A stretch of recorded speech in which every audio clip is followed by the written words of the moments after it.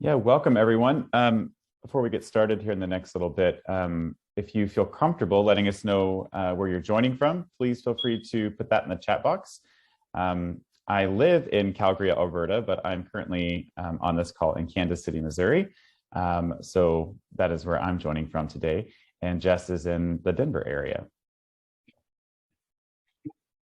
I also want to mention this meeting is being recorded. We had several people register who are unable to make it, and everyone will be able to receive the recorded copy for kind of going back to afterwards. So if you're okay with that, that would be, I think, a helpful thing for others.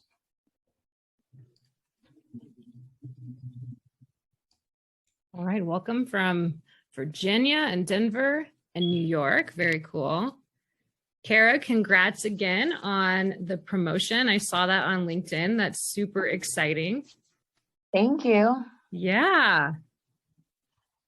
I'll have to catch up and you'll have to fill me in more on what's going on with you and the work that you're doing. Yeah, definitely. Cool. All right, Jess, should we go ahead and get started then, you think, or do you want to wait? Let me check. I know there's a couple of people who let me know they can't make it. Yes, we will. We'll go ahead and get started. And then if other people join, Parker, are you able to monitor the waiting room? Yep, certainly. Cool. Okay. All right, perfect. Well, again, my name is Parker Johnson. I use he, him pronouns, and I'm super excited to welcome you to Derailed by Resistance, How to Get Your Change Initiative Back on Track, offered by Apogee today. In addition to letting us know where you're joining from, if you feel comfortable putting your pronouns in your name, that will ensure that we can honor and affirm everyone's identity here today when we get into the Q&A portion especially. You can do that in the participants tab, by the way. Just fish around in that area and you'll find that you can click more by your name and edit that information. I'm a consultant with Cottonwood Creative and I'm supporting Apogee's workshop today from Kansas City, Missouri. All right, to get us started here, since today is the first day of fall, we thought that we'd start with a quick check-in. Fall is a time of transition, it's a time of harvest and Thanksgiving, and we want to know, how will you align with the energy of autumn? So let me launch this poll for you. And we'll just leave this up for about a minute, let folks read these answers and chime in however you feel at the moment.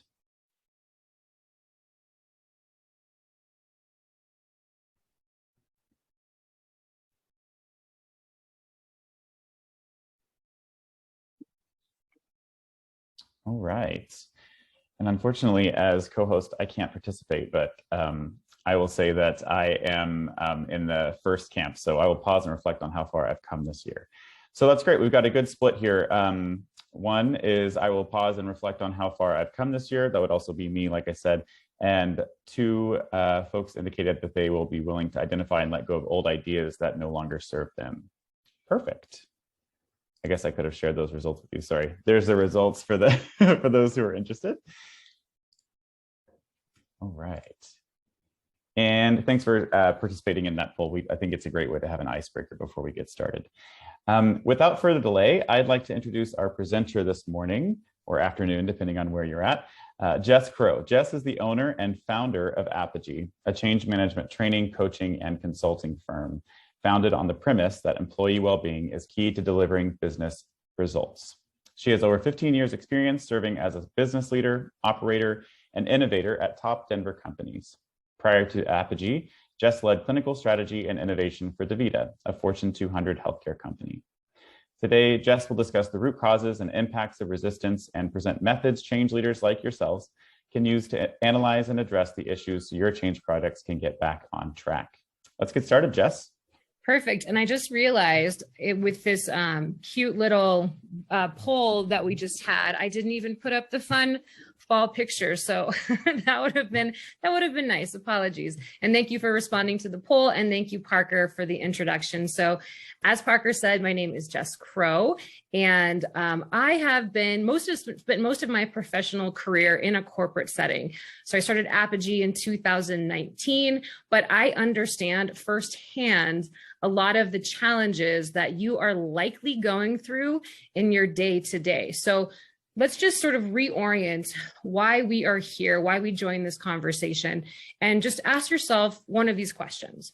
Have you ever been a part of a project or a program where you felt like all you were doing was putting out fires, or maybe you were leading an initiative and for every step forward, it felt like you were taking a couple of steps back? So I know I've been in that situation before. So if you answered yes to any of those questions or the ones I just asked, then you are totally in the right space. We're in the right spot today. So let's go ahead. Oops, I got to get my moving forward motion. Okay, so I am going to assume that each of you has a different background and experience in change management. So I want us to align on the definition of what change management is. So the best way to think about change management, it is a knowledge base and a practice. So it combines research and structure, process, and tools, all with the intent of helping people change how they think, how they feel, and how they behave so they can accept, adopt, and sustain the changes that are needed to transform a business. So depending on where you work and how you work, change management is often integrated with project management or portfolio management. And if you're familiar with those disciplines, they focus on the solution, getting it integrated into the business, the budget, the schedule, the logistics, like think Gantt charts. Change management is a little bit more touchy-feely, that EQ part of caring for people. It thinks about, what are these people, what do they need? They've been impacted by this solution. The expectation is that they have to use it. What do they need to buy in, to get excited about it, to actually use the change? So that's how to think about change management. And when I was trained in change management almost a decade ago, the expectation was that I would serve as a change manager within the organization that I was working at. Now, I was a change manager for several years. However, I took on other roles and responsibilities. And what I realized is that understanding how to lead and influence outcomes is a useful skill in any role that you're in, whether it's operations, accounting, strategy. It can be something that as a business leader, it's a skill. It's a skill that can be developed. It's also a way of thinking and behaving. So at Apogee, we are focused on developing change leaders at all levels of the organization. And that's one of the reasons why I started the company. And I really started Apogee with the busy, likely overworked professional in mind. So hopefully you have a good amount of work-life balance, but if not, I understand. And what makes Apogee different from other providers of change management training and certification is our approach. So we built our training program with lean and micro learning principles in mind. And if you're not familiar with lean and micro learning is giving you the core and what you need to know. We give you that information in bite-sized chunks. And so that's the micro learning principles. And we do that for two reasons. One, adult learning shows that when you have smaller, more digestible segments of information, it's easier for you to retain the information. And we also make it shorter so you can take the information and go apply it. We prioritize application because knowledge is not power until you actually know how to use it. We also started Apogee, or I started Apogee with the understanding that well-being is a key driver of company performance and sustained high performance as an individual. When people are stressed and they're overwhelmed, overworked, it impacts your ability to think creatively, to problem solve, to remember things. And we want you to show up as the best person in all areas of your life, and certainly in the workplace.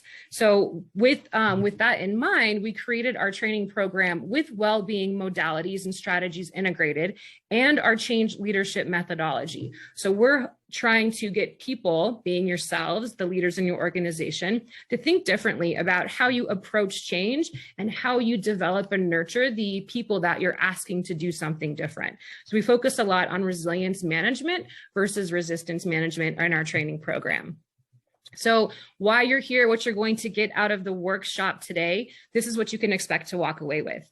why your project might be going off track, how to use data and information to really understand what the issues are. And then we'll give you some best practices on how to present your insights to your leadership team, because you want their buy-in, you want their support, you might need resources to move forward with your next step. So we're going to set all that up for you today. If at any moment you have questions, please feel free to unmute yourself. You can raise your hand in the chat box and I'll make sure to pause and answer any questions you might have. So let's go ahead and get started. Okay, let's talk a little bit about why change initiatives get derailed. And again, just understanding that you all might have a different understanding or different background and experience in change management. Let's talk about what is a change initiative. So really, change initiatives are how business strategy gets delivered. And I keep looking over to the right because that's where my all the boxes are. I'll try to stay focused on the front. But change initiatives are how business strategy gets delivered. So when I use the term initiative, it could be a project or a program, some sort of shift or update. It can impact any area of the business. So it could be a new operating model, business model that you're trying to roll out, a continuous improvement program. It could be a restructuring of teams to better support the needs of the business. It could be a software deployment. It could be planned, something that you as a leadership team or your team has identified as a project that will advance your business strategy. It could be unplanned. I mean, last year showed us what unplanned change, the impact it can have on businesses and on organizations with COVID-19 and how that drastically changed the entire business landscape and what organizations had to do to react, respond, and remain viable. And some were successful and others were not, as I'm sure you are all aware. Change can be transformational. So when we say that, it's those disruptive changes that impact the entire organization. It can be incremental changes. Process improvement, operating model, things within operations that are meant to improve, savings, things along those lines. Or it can be what I refer to as change ripples. So those small shifts and updates, maybe moving from one software platform, like just getting an update in your software, or you've got a new leader on the team. Those happen at a greater frequency. And because they do, they end up having the same impact on people as the bigger change initiatives. So hopefully that makes sense. And we've all got a shared understanding of what a change initiative is. Now, when you have responsibility for a project, a program, or initiative, it's really easier, at least it was for me, to get tunnel vision. You're focused on what do I need to do to find success in this area, to get this project, program, whatever it is, out, integrated within the business and people using it. Which is why as change leaders, it's really important to maintain a kind of a broad view of all the change that's happening within your organization. So think about where you work and all the different teams and their purpose and their goals. Everyone's working on something with the intent of moving the business forward. And so when we need to take a step back, and when you think about your change, it's one of many things that is happening at any given time. So you're among individuals and teams all moving forward with the same intent. You want your change to be successful. You want people to adopt, embrace, and use your solution. And that is what makes change so very hard in the workplace. And that's any industry. It's just difficult to move things forward because there's so many things happening at any given time. Now, that being said, let's take a step back. So as a change leader, you've got your change. Let's say, you've got a project, you're the lead on a telemedicine project. Your job as a change leader is to look up and downstream and think about all of the impacts your specific initiative can have on the business, organization, teams, etc. So from a business perspective, what impact could your initiative have on the financial outlook, from a risk and compliance perspective? Is there an impact that this project has on the culture and values of the provider of the organization that you work for? How does this work impact other teams and the projects that they are working on? Do you have the resources in place to support the initiative that you are responsible for delivering to the business? And then who is going to be required to use this solution? Is it, like in this example, is it your clinical team, the physicians and clinicians? Is it the administrative team, clients, partners? So thinking about all of those questions, and that will help you plan for it'll help you plan how to roll out your solution and prevent some of those issues that tend to come up when we are implementing change. Now, there is a lot that can go wrong, as I'm sure you all know. And these are just a few examples of why change initiatives do go off track. So we've got this first category. There's too much change. There's too many things happening at once. It's difficult to absorb all of the changes, and that can lead to stress and overwhelm and burnout and people leaving. They just don't feel like they can be successful in that situation. Change collisions, on the other hand, are when we ignore that universe of change across the enterprise. We're not thinking about the interdependencies or the conflicts. And what can happen there is you're going to end up doing a lot of rework. Your project might stall or slow down, or it might start to cost more. So those are some of the symptoms that can happen when you've got a change collision, or you're just not doing change management. Now, change management is all about ensuring impacted stakeholders, they're aware of what's happening with the change, they're ready, which means they've got an emotional connection, they're bought in, and they're trained. So that is where they have the information, the knowledge and skills they need to be successful in the new environment. And at Apogee, we refer to that as ART. It's an acronym. So we see change management as both art and science. So ART is really, it's a guidepost for change leaders. It's how we deliver and ensure lasting change. And when we ignore that, when we don't apply change management best practice, that's when resistance can start to emerge. And let's take a look at resistance. So resistance can happen for these reasons. It can also happen for other reasons. And change management is how you prevent or mitigate unnecessary or just resistance that occurs when change happens. So employees, they'll resist change when they don't understand why the change is needed. They don't understand how it impacts their job, or maybe they don't have the support they need from their managers, or maybe they fear job loss. Oftentimes it's a personal reason, like, what does this change mean for me? And you might have heard the term WIFM, what's in it for me? People need to understand the benefits for changing in order for them to get that buy-in, find that emotional connection. Now, managers and executives, they'll resist change because they lacked awareness or involvement with what was happening. They feel a loss of control or power, right? They feel like the drivers of change, not necessarily wanting to be in that seat where they are impacted and asked to do something differently, and how that impacts the work that their team is doing. Or maybe they feel they've got an increase in responsibilities that is just not within their, it's their over capacity. So those are some of the reasons why people, employees, managers, and executives will resist change, in addition to not, the change isn't managed well from there's collisions, and there's also just too many things happening. So now I'm going to dive into that telemedicine example again. So let's say you work for a healthcare provider, and I think some of you do, and they want to leverage some innovative new technology. They want to offer video visits to patients, and currently patient encounters happen in the office. And so we're transitioning to having more visits occur over your phone.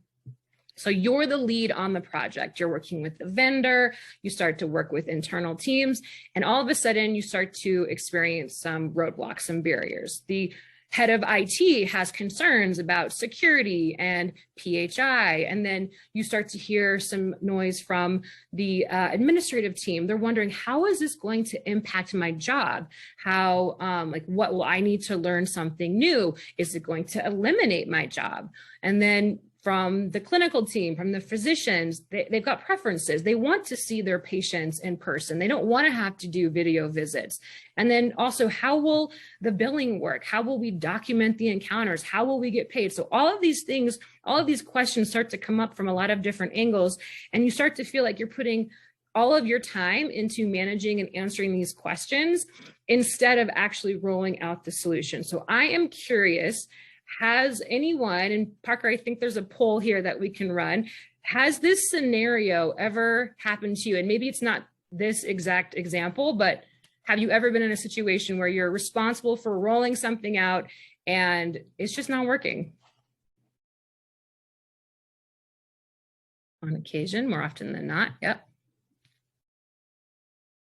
All right, thank you. I can see the results already. Cool. Okay. I'm glad it's not all the time, because that would be really painful. And more often than not, yep, I've been there, and also on occasion. So it sounds like some things are working well, and then there's also some opportunities to potentially integrate more change management or do something different. So thank you for responding to that poll. Does anybody have any questions so far, just in terms of what I've been covering, before I move into the next section, which is all about how to diagnose the issues?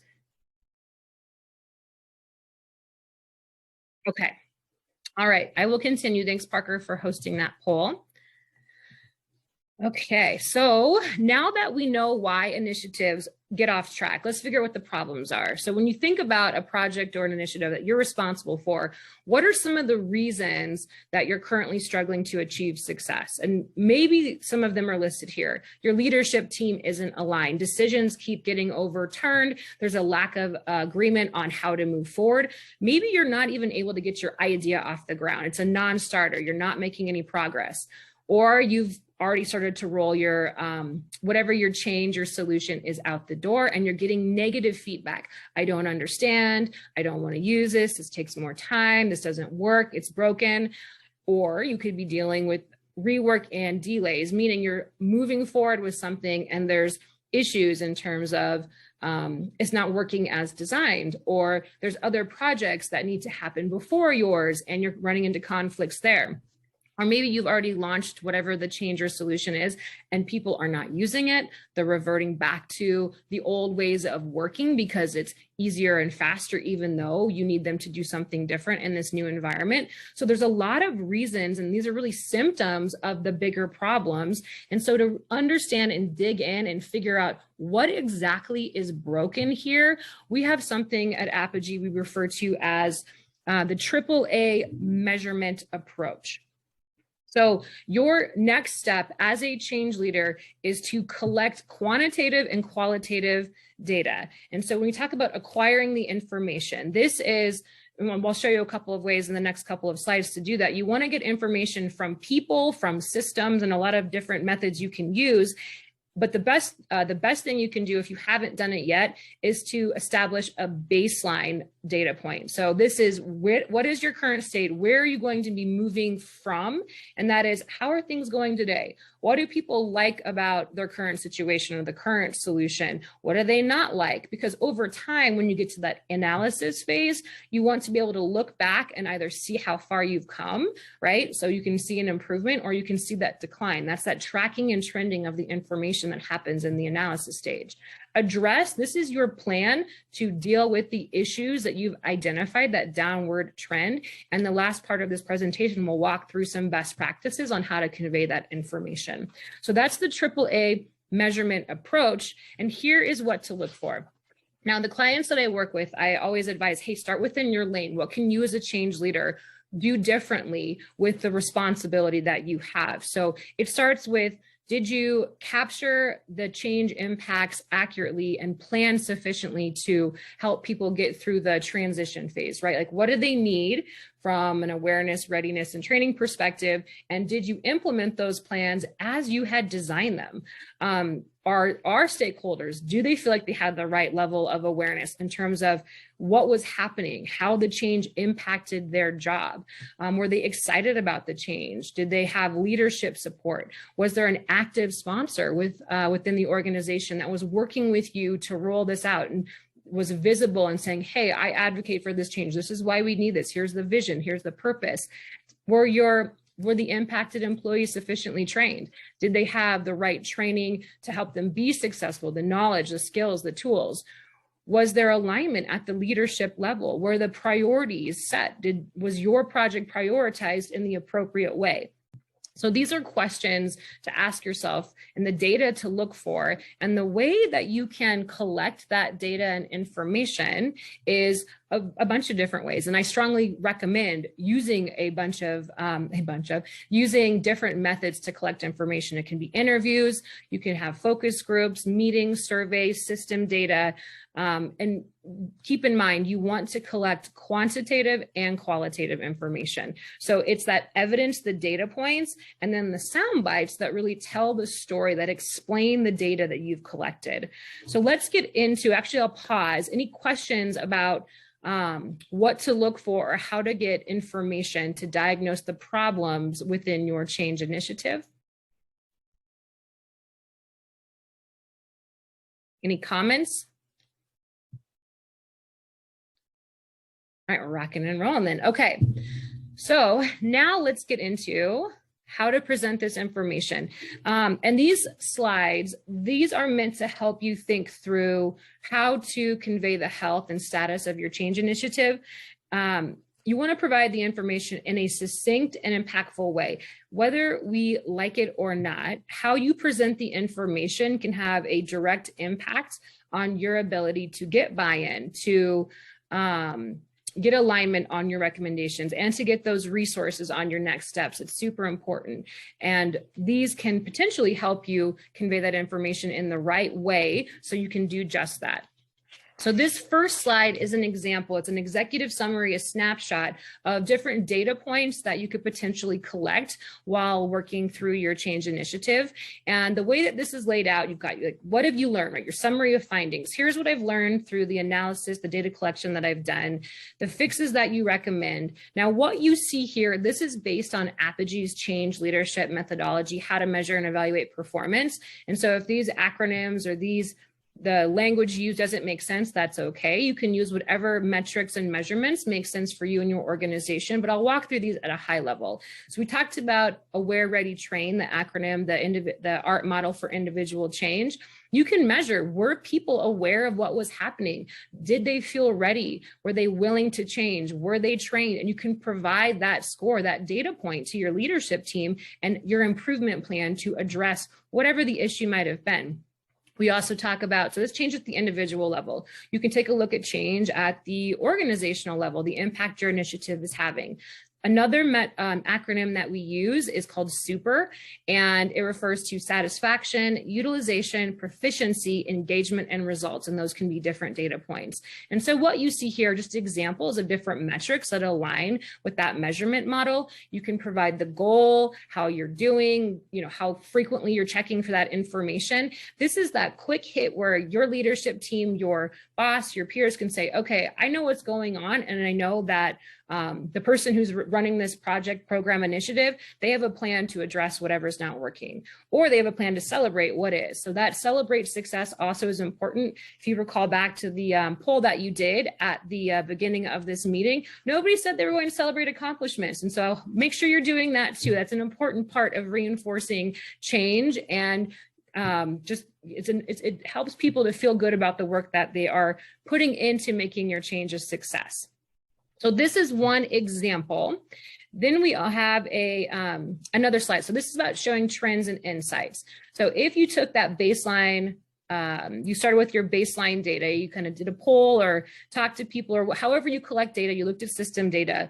Being able to trend the results over time is an impactful way of saying, here's what's working, or it's a very helpful way to identify quickly what is working and what isn't working. And then again, collect those sound bites from the people who are using or not using the change as intended. And if you can attribute those sound bites to an individual, so in the case of telemedicine, a nurse, a doctor, and you have their name and where they're from, that's very influential with leaders to say, oh my gosh, there's people on the end of this, the people that are supposed to be using this, and here's how they're feeling about it. That has an impact in a different way than just seeing the numbers, which is, it's executive speak in the language of numbers. And so it's more of a sterile way, I guess, of putting it. You want to bring that human element into the conversation. And that's what we as change leaders do. We're caring for that human side of change by elevating what's happening with the people that are being asked to use the solution. If you're planning to recommend solutions to your leadership team on how to fix whatever it is is going on within your change initiative, I strongly recommend you provide multiple options for them to consider. And the reason for that is twofold. First, it shows that you've thought about the solution from multiple angles, and that's a good thing. And then the other benefit, well, this is a twofold benefit here, you get to benefit from their knowledge base and their expertise, and it builds momentum for your change. When people have the opportunity to weigh in and collaborate and help design the solution, they're going to be more bought into whatever it is that you're doing and will likely go out of their way to help you make it a success or help you remove any barriers that might be impacting your ability to make progress on your change initiative. So if you can do that, instead of saying, here's what's wrong, here's how we're going to fix it, providing a few options gives people the opportunity to collaborate with you. And that's a good thing. For those of you that are visual like me, for your leadership team, for your peers that are visual, a roadmap is a great way to show what's happening across the organization. Now, you can keep this specific to your portfolio or to your team, but if you're able to give that big picture view of change across the enterprise, that can be impactful, as then your team, your leadership team will say, hey, there's a lot going on in the month of November, for example. Is that going to put this really important change initiative at risk? Are there conflicts that we should be thinking of that we haven't really discussed? And it creates that conversation. Now, you might be able to create this independently if you've got access to a portfolio sort of management tool, or maybe you're a part of the PMO, or if you're in operations, you know kind of all the projects that are happening. But if you don't, that's okay. You can ask questions. You can reach out to people and ask them, like, hey, what are you working on? And that's a good thing because you're going to start to build relationships. You'll start to understand all of the other things that are happening within your company, and you'll build those relationships and contacts. And you can almost, you can form a committee and share what's happening across the teams, and that increases clarity and transparency. And that is a good thing when we have a lot going on at any given time, which most organizations do. So those were just a few examples of ways to communicate information to your leadership team. And then that's really the kind of the nuts and bolts of this workshop, really just a taste of, okay, why do change initiatives go off track? How to diagnose what the issues are, and then what you can do to present that information to your leadership team. And so hopefully at this point, you have a better understanding of how change management can benefit you in that situation, how to get your projects and programs back on track, no matter what team or project you are on. And just to recap what we've talked about, change leaders, it starts with understanding what the issues are. You might have the symptoms, right? The resistance, the stalls and delays. What are the actual issues and where? Can you share that information with your team, your change team, project team, leadership team? Get their feedback on what you recommend happen in order for the project or initiative to get unstuck. And then don't forget to build and execute those plans. Instead of just moving forward, take the time to come up with the plan for improving whatever it is that isn't working, and then continuously measure and monitor, make sure things are going well. So that's the big picture. And if you thought today's content was helpful, if you'd like to develop your skills as a change leader, Apogee has a few different programs that you can benefit from. The first is a fully on-demand change leadership training and certification course. So you can complete that. You'll be certified as an Apogee certified change leader. You can do that plus coaching, strategy support and coaching with me. So I work with clients. I meet weekly for 7 weeks. We go through the training together and we apply the information to a project or a program or initiative that you are currently working on, or an idea that you want to get off the ground. That is my favorite, and it's fun, and it's very helpful to people who want to accelerate their skills and knowledge and mastery of change management. So that's a really good solution. And then if you're somebody who has a need for consulting or contract work, we also offer those services. If you'd like to get your team trained, do a group training or some sort of meeting facilitation, we offer that as well. And because you joined today, you can get 15% off any training packages. But that's the kind of how everything works. And we will, as Apogee, be hosting monthly workshops to provide information and value for the next several months into next year. So hopefully you got some great insights today, but I'll pause. Any questions? So we've got Kimberly and Alba still on. I know Kara had to drop. Any questions from either of you that we could answer as it relates to something that you're working on, or just anything that could be helpful today?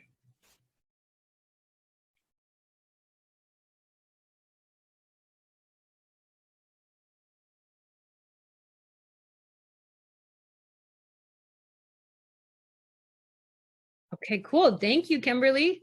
So it doesn't seem like we have any questions. Thank you for the kind words. If you have any needs, please do not hesitate to reach out to me. You can email me directly and just ask questions.